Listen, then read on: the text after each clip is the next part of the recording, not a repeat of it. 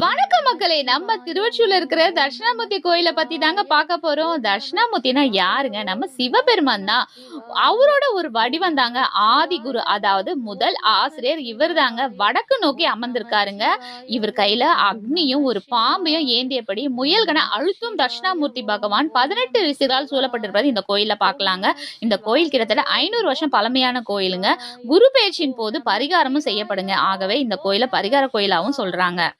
தல வரலாறுன்னு பாத்தீங்கன்னாலே ஒரு துறவி, அதாவது சித்தர் இங்க வேத பாடசாலை நடத்திட்டு வந்தாருங்க. அவர் ஞானத்தின் வடிவமான தட்சிணாமூர்த்திக்கு சிலை வடிவித்து ஆலமரத்தடியில தான் கோயில் எழுப்பினார். இவர் தாங்க இந்த கோயில மூலவர்.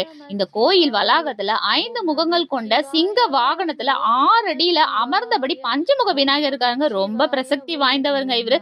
இந்த கோயில் பிரசித்தி பெற்ற திருவொற்றியூர் வழுடி அம்மன் தியாகராஜர் கோயில் பக்கத்துல தாங்க இருக்கு. வியாழக்கிழமையில கடலை மாலை போட்டு நெய் தீபம் ஏற்று வழிபட்டா ரொம்ப சிறப்புன்னு சொல்றாங்க. கட்டாயமா ஒரு தடவை இந்த கோயிலுக்கு நீங்க வாங்க. நம்ம திருவொற்றியூர்ல சூப்பரான கோயிலுங்க. அப்புறம் என்ன மக்களே, நம்ம சேனல் எப்பவும் போல லைக் பண்ணுங்க, சப்ஸ்கிரைப் பண்ணுங்க, ஃபாலோ பண்ண மறந்துடாதீங்க. நாளைக்கு பார்க்கலாம். பாய்.